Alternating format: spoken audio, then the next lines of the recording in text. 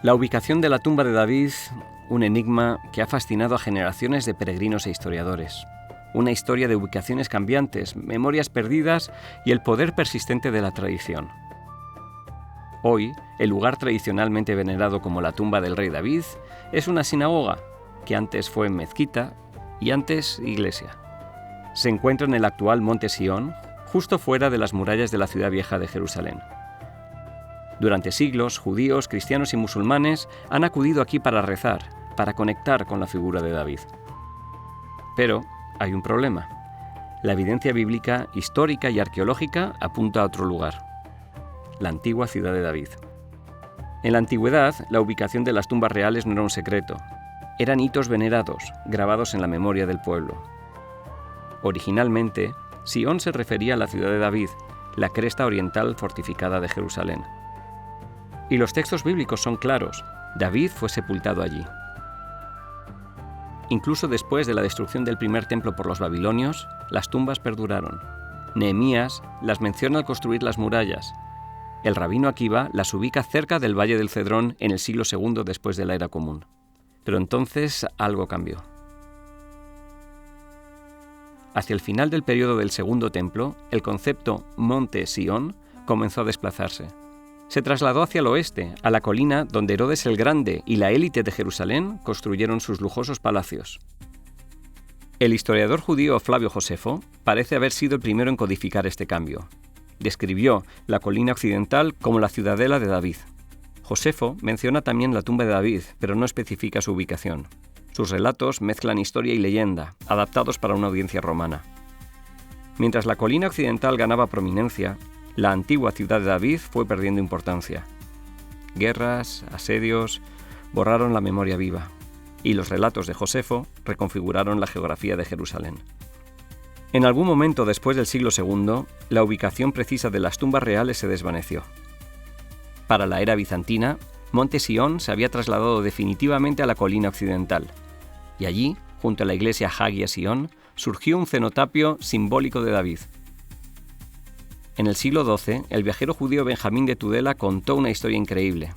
Trabajadores que reparaban una iglesia en el Monte Sión descubrieron una cueva llena de tesoros, la tumba de David y los reyes de Judá.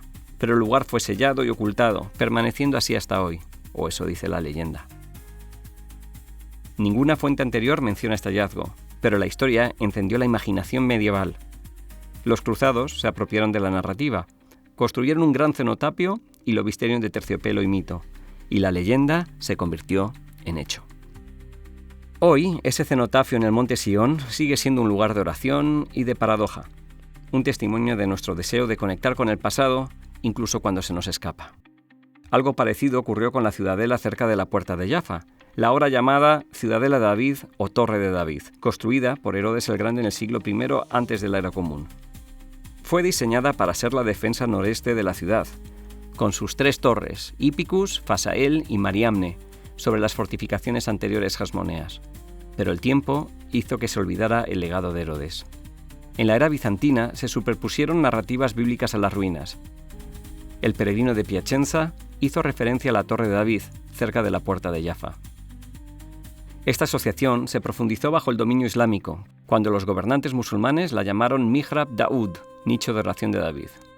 En la época de los cruzados la llamaron Torre de David, identificando la torre herodiana Fasael como la fortaleza de David y convirtiéndola en el palacio de los reyes cruzados.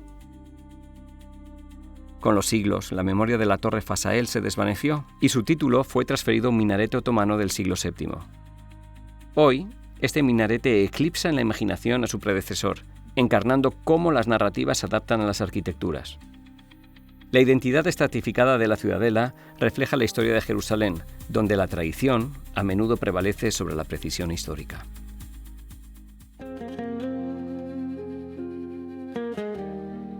Muchos lugares sagrados en la Tierra Santa se basan en la tradición. La Biblia a menudo menciona regiones, montañas, pero sin dar ubicaciones exactas. Por ejemplo, habla del Monte de los Olivos, pero no en dónde en el monte. Las destrucciones de Jerusalén en los años 70 y 135 y el exilio de sus habitantes borraron la memoria viva de muchos lugares. Pero algunos pasajes son más específicos y junto con los avances de la arqueología podemos identificar cada vez más lugares con precisión.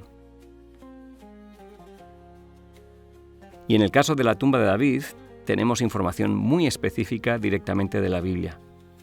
Y durmió David con sus padres, y fue sepultado en la ciudad de David.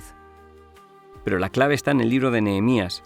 Nehemías, al regresar del exilio babilónico en el siglo V antes de la era común, reconstruyó las murallas de Jerusalén. Dividió el trabajo en 41 equipos, cada uno responsable de una sección específica de la muralla. Y las referencias que utilizó para delimitar el trabajo de cada equipo son cruciales. Salum, hijo de Coljoz, oficial del distrito de Mizpa, reparó la puerta de la fuente, la edificó, la revistió y asentó sus hojas, sus cerrojos y sus barras, y la muralla del estanque de Siloé en el jardín del rey, hasta las gradas que descienden de la ciudad de David.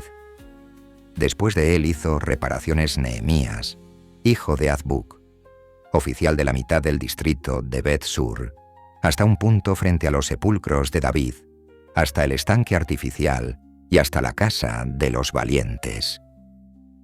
La puerta de la fuente, la pileta de Siloé, los jardines del rey.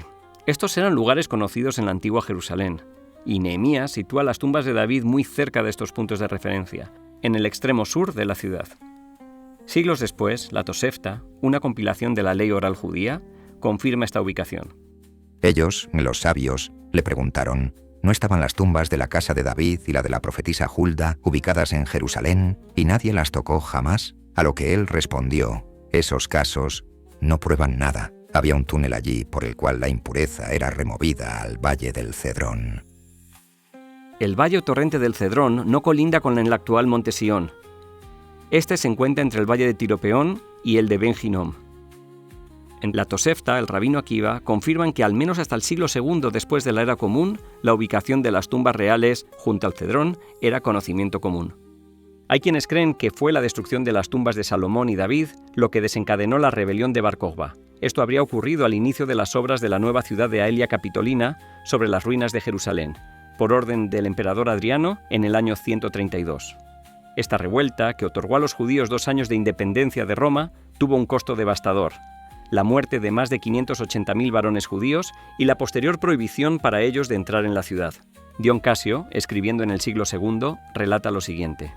Así casi toda Judea quedó desolada, un resultado del cual el pueblo había tenido un presagio antes de la guerra, porque la tumba de Salomón, que los judíos consideran un objeto de veneración, se desmoronó por sí misma y se derrumbó.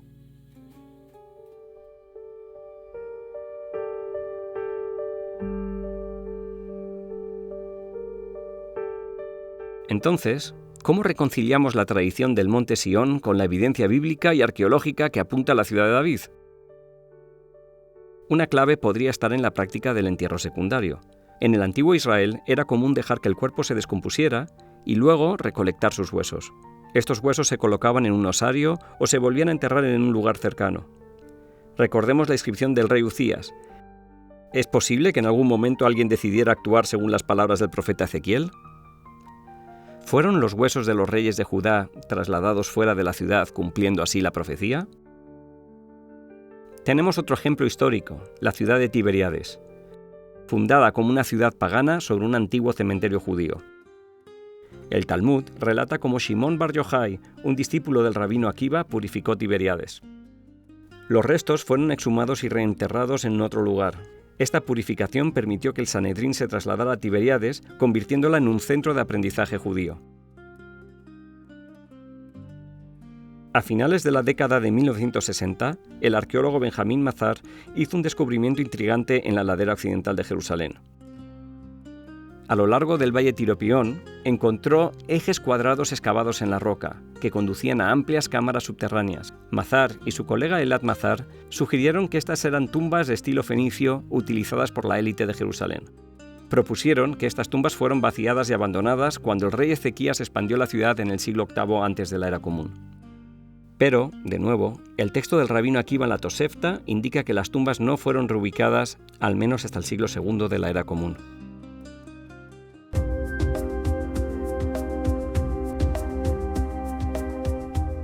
La historia de la arqueología en Tierra Santa es una historia de transformación, de la destrucción a la ciencia. Durante milenios, los sitios sagrados fueron saqueados. Ejércitos invasores, cazadores de tesoros, todos buscando riquezas, reliquias, sin importarles la historia. En la Edad Media, los cruzados recorrieron la tierra impulsados por la fe y la codicia. Estas primeras excavaciones fueron actos de conquista, no de investigación. Dejaron cicatrices y vacíos históricos. Pero todo cambió con Napoleón. Su campaña egipcia, en 1798, trajo consigo a eruditos como a Jean-François Champollion. Con esto se sentaron las bases para un nuevo enfoque, la investigación histórica, y no el simple saqueo. A principios del siglo XIX, exploradores como Edward Robinson cartografiaron sitios bíblicos con la Biblia en la mano. Figuras como William Flinders Petrie y Charles Warren revolucionaron la arqueología. Introdujeron la estratigrafía, la tipología cerámica, métodos científicos que transformaron las excavaciones en estudios sistemáticos.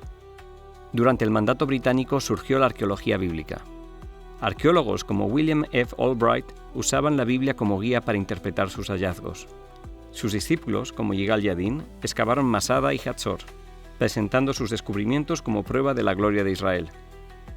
A este grupo se le llamó maximalistas, porque mediante sus excavaciones afirmaban la fiabilidad histórica de la Biblia, a menos que se demostrara lo contrario. Pero entre las décadas de 1960 y 1990 llegó la rebelión. La reexcavación de Jericó por Kathleen Kenyon parecía contradecir el relato bíblico de la conquista de Josué. Surgieron los minimalistas, académicos como Israel Finkelstein y la Escuela de Copenhague. Argumentaron que la Biblia hebrea era una construcción tardía. Desestimaron la monarquía unida y la existencia misma de David y Salomón como mitos, citando la escasa evidencia arqueológica e histórica de ambos personajes y de estados centralizados antes del siglo IX antes de la Era Común. Hoy el campo busca un punto medio. Avances como la datación por radiocarbono, la cartografía mediante SIG y la colaboración interdisciplinaria han moderado los extremos. Y sobre todo, nuevos descubrimientos como la estela de Dan, que menciona la casa de David, desafían el escepticismo minimalista. Incluso en tiempos relativamente modernos ha habido identificaciones erróneas. En 1863, Louis Félicien de Saulcy identificó el complejo funerario de la reina Helena de Aben como la necrópolis de la casa de David. Desde entonces se conoce ese lugar como las tumbas de los reyes. Posee un pedazo de historia bíblica. Lleva contigo la bendición sacerdotal, el texto bíblico más antiguo jamás descubierto, directo desde la ciudad de David. Cada compra de sus productos únicos apoya directamente las excavaciones y descubrimientos arqueológicos bíblicos en la cuna de Jerusalén. Visita store.cityofdavid.org.il y usa mi código CODG1001 para obtener tu descuento y ayudar a desenterrar la historia bíblica.